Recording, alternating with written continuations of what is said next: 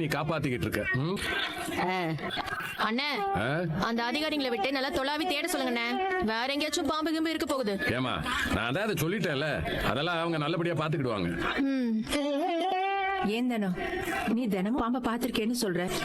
நீ அப்பவே வந்து சொல்லியிருந்தன்னா நம்ம அப்பவே பாம்பை பிடிக்கிறவங்கள வந்து பாம்பு பிடிச்சிட்டு போக சொல்லிக்கலாம்ல. நான் இதெல்லாம் சகஜம் தானே நினைச்சேன் அத்தை. என்னடி சகஜம்?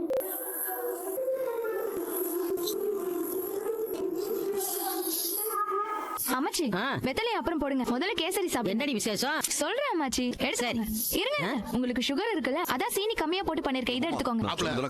மாமா, அண்ணே நில்லுங்க, இங்க வாங்க.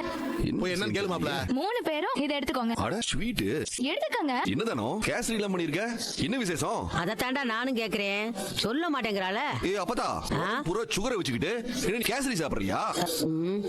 இல்ல மாமா, அம்மாச்சிக்கு குறைச்சு சீனி போட்டு தனியா தான் பண்ணிருக்கேன். அப்படியா? அதெல்லாம் இருக்கட்டுமா, கேசரி குடுக்குற அளவுக்கு இப்ப என்னமா விசேஷம்? என் அக்காக்கு இன்னைக்கு ஸ்டார் பிறந்த நாள். இது ஸ்டார் பிறந்த நாளா? நட்சத்திர பிறந்த நாள் மாமா. அது என்ன நட்சத்திர பிறந்த நாள்? சொல்லு செல்லா குட்டி. விடுங்க. இனிமே நீ எப்ப மேல வரணும்னாலும் கீழே வரணும்னாலும் ஒரே ஒரு கால் பண்ணு, சேது வில்லு கம்மு. ஓகே?